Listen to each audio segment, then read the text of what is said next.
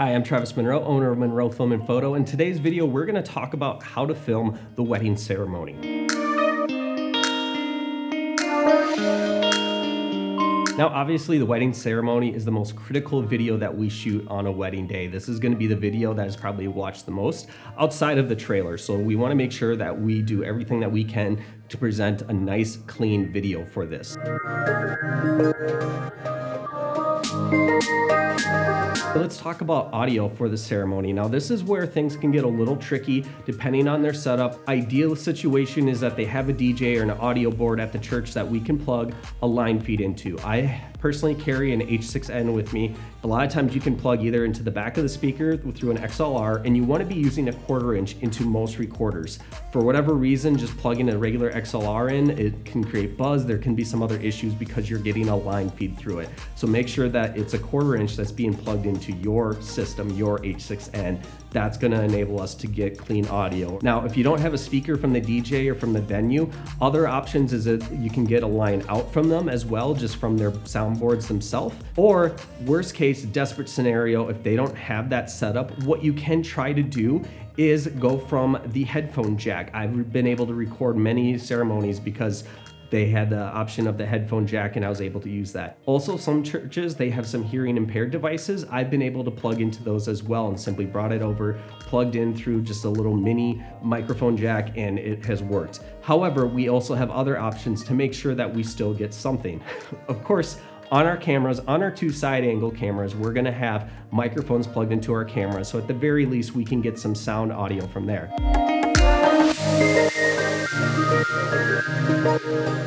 On the groom, I like to hide a lavalier on them for the ceremony. Now, unlike the first look where I said that it's okay to have it showing, on the ceremony, I want to hide it because we want this to look clean and not feel like that they have a mic on them. So we're going to put it over on their right lapel, and we're going to hide it underneath their jacket and then either put the recorder into the jacket itself or maybe in a pocket depending on how they're dressed. The reason why we put it on the right side though is because 99% of grooms are going to be lined up on the right side, so therefore the left side of their body is exposed to the audience. So we put it over on the right side so that it's hidden out of frame for 90% of the photos that they're gonna see, and nobody knows any better. We use Tascam's DRL10s, so everything's recorded right into there. I don't worry about monitoring it or anything, and then it's just a matter of making sure to get it off of them after the ceremony.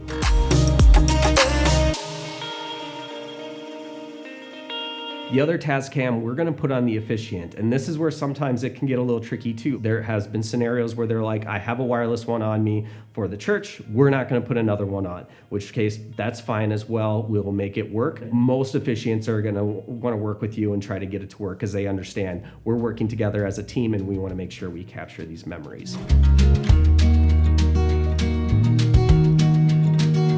The final device that we're going to use for audio is this little handy recorder here. This one is a little Sony recorder. It's just a little voice recorder. You can pick them up, variety of pricing. You want something that's going to be fairly thin. So what I like to do, I also have this little sleeve here that you can hide in microphones. So you put the sleeve on the microphone and you can drop this right in, and then boom, it's on the microphone. Maybe the officiant's holding the microphone or it's attached, then that is going to be picking up everything that's around that area. This has been great, especially when, for instance, on a windy day, the groom's mic doesn't sound as good, the bride is hard to hear, the officiant can point the microphone in the direction of the bride and groom when they're talking. This is another great way to get that clean audio. If there's not going to be a microphone that they're using, everything's going to be a wireless setup, and say this is at a church. Another place that I like to put this is just up on the podium to make sure that I can get those speeches. Sometimes, for whatever reason, the church is set up in a way that speeches that are coming from the podium don't come through their main feed and we don't get the recording. But if you place this up there on the podium, just set it down on the side or even tape it or slide it onto the microphone that they may have there, you're going to get some good audio that way as well. So there's a lot of universal ways that you can use this. It's definitely trusty to have, and it's pretty much a need for any of our shoots because this little recorder has saved audio so many times simply because it was at the right spot at the right time, getting backup audio, different things like that. The key thing with audio is that we have all these backups. It may seem like overkill, but when you're editing these weddings and you realize that audio source doesn't sound good, that audio source doesn't sound good, what source sounds good, having 4 or 5 sources to choose from helps a lot.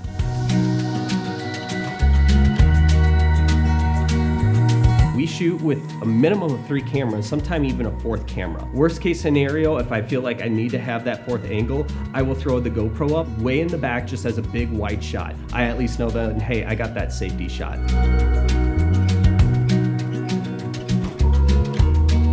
Now, as far as camera settings are concerned, again, we're shooting 4K 24 frames a second, white balance based on what we're seeing in the room. The biggest thing would be is our ISO. Now, typically if it's outdoors, I'm gonna be shooting with the auto ISO so it can adjust with cloud cover and things like that, and I don't have to worry about it as much in post. If I'm shooting in a church, I may still leave it in auto ISO. However, if they're in an area where the windows are right behind them, you cannot trust auto ISO at all. You have to go ahead and manually dial in your ISO, because if the highlights are blown out behind them, we're gonna lose a lot. Whereas if we underexpose it, then we're gonna get a better image and we can do more with it in post.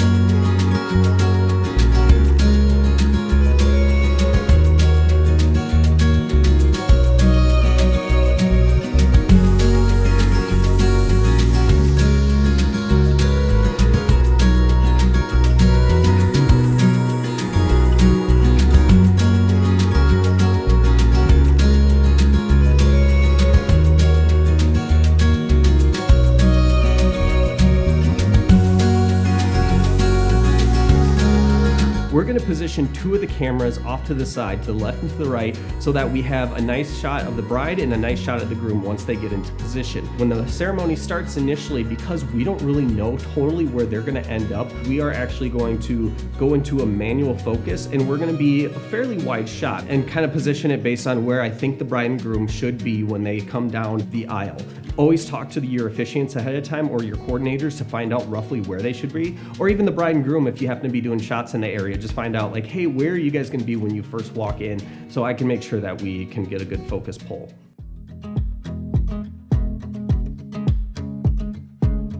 Do not use autofocus in this scenario, because the autofocus will find something else. It'll start hunting. Even if you do a spot focus, it's not 100% accurate. Trust me, I've tried many ways. So that's why I do manual focus on my side cameras. There's 2 tricks that I like to use. One is I typically shoot ceremonies at an f5.6, around that range. Since I shoot everything in manual, that gives me a little bit more freedom, is that if I don't totally nail exactly where it is, I'm still gonna have a range where they're gonna be fairly in focus. And then when I zoom in for the tight shots, then I can get in a little bit better and fix the focus. So typically you have a microphone right in the middle. That's a good indicator of what you should focus on. Pull focus on the microphone stand itself, if not just slightly in front of it. And then you should have your cameras in focus for the first part of the ceremony. Final camera placement is going to be in the back, and we're going to be on the gimbal in this scenario. We're also going to have this camera set at about 35 millimeters as well. We wanted to have it as nice and wide as possible. With those 2 cameras rolling on the sides to capture everything, I'm capturing then on my gimbal the bridal party as they're entering down the aisle. This is a great time to coordinate with your photographer, because I have worked with some photographers that they don't quite understand what's the purpose of this. And the reason why we don't go in front of the altar is partially because we're ruining the moment. Having all those cameras up front there, it's one thing to have a photographer up there, but then when you have us up there as well, then it's a lot harder in many scenarios. For everyone that's walking down the aisle, we're simply gonna be standing back and doing a nice rotation of them walking in and panning up and over the crowd. Then once they get about halfway, or you see the next person coming in, we're just gonna quickly go ahead and move down and get back in a position to follow the next one in. The reason why we do this is that hopefully by the time they get down the aisle, they're gonna be in one of our other angles and we can easily move away.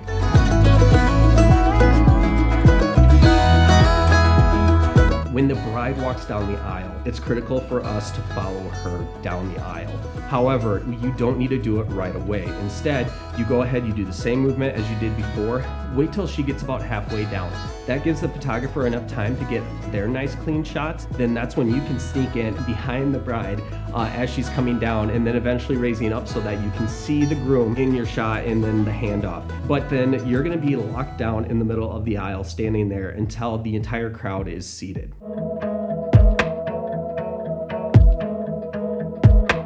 Why do we wait for the crowd to be seated? Well, because more than likely our cameras are blocked at this point. Your camera's on the left and right, you're gonna have your angles blocked, and you don't know how long they're going to be blocked. What we're gonna do, we're gonna hang there, try to be as steady as we possibly can, and just keep filming the action as it's unfolding. Once everyone is seated, then we can start walking back. We know we have our angles again, and I can set up the camera.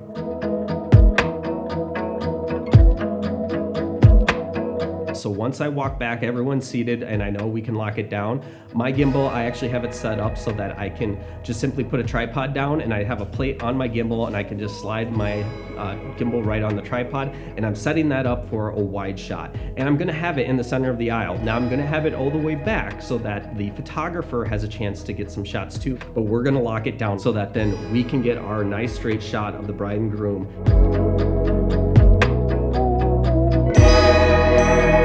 Now, once we have that middle camera set, we're gonna go to the other camera angles and zoom in on their respective bride and groom angle. We're gonna wanna try getting those shots as tight as we can, so we're probably gonna be zoomed all the way in, and we're still staying in manual focus, because again, maybe it's gonna catch one of the bridesmaids behind you or something like that and think, oh, I need to go over there, and when you come back to look at your angle later, you're gonna realize you missed the bride's vows because you decided to put in eye autofocus and the camera was like, well, that bridesmaid's more important than the bride.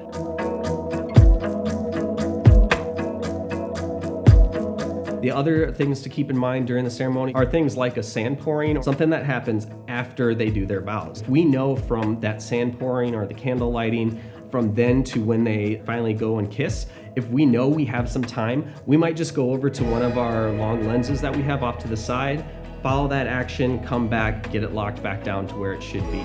Or if we know, hey, as soon as they do that, they're gonna come over and kiss, we will walk halfway down the aisle and follow it with our gimbal. It's just totally dependent on the situation. You need to know what's happening during your ceremony and not be caught off guard by things like that.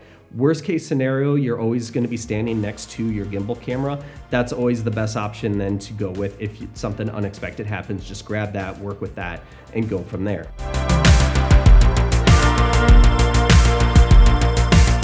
When they are ready to kiss and be presented as husband and wife, what we want to do is we want to have our gimbal camera, and we're gonna be back down the middle of the aisle again. Coordinate with your photographers because they're gonna want that space as well, but just agree on, hey, we're gonna be about right here. We can be standing right next to each other, and then go ahead and be ready for that kiss. After they kiss, we're gonna wait till they start coming down the aisle. We're gonna keep the framing so it's at least at like chest level, head to chest level, and we're gonna be walking out with them. We're gonna keep following them for the most part, unless if they specifically request, no, don't follow us to wherever we're going. Other times they're just heading to a back room and the bridal party's following them. But we want to stick with the bride and groom as much as possible.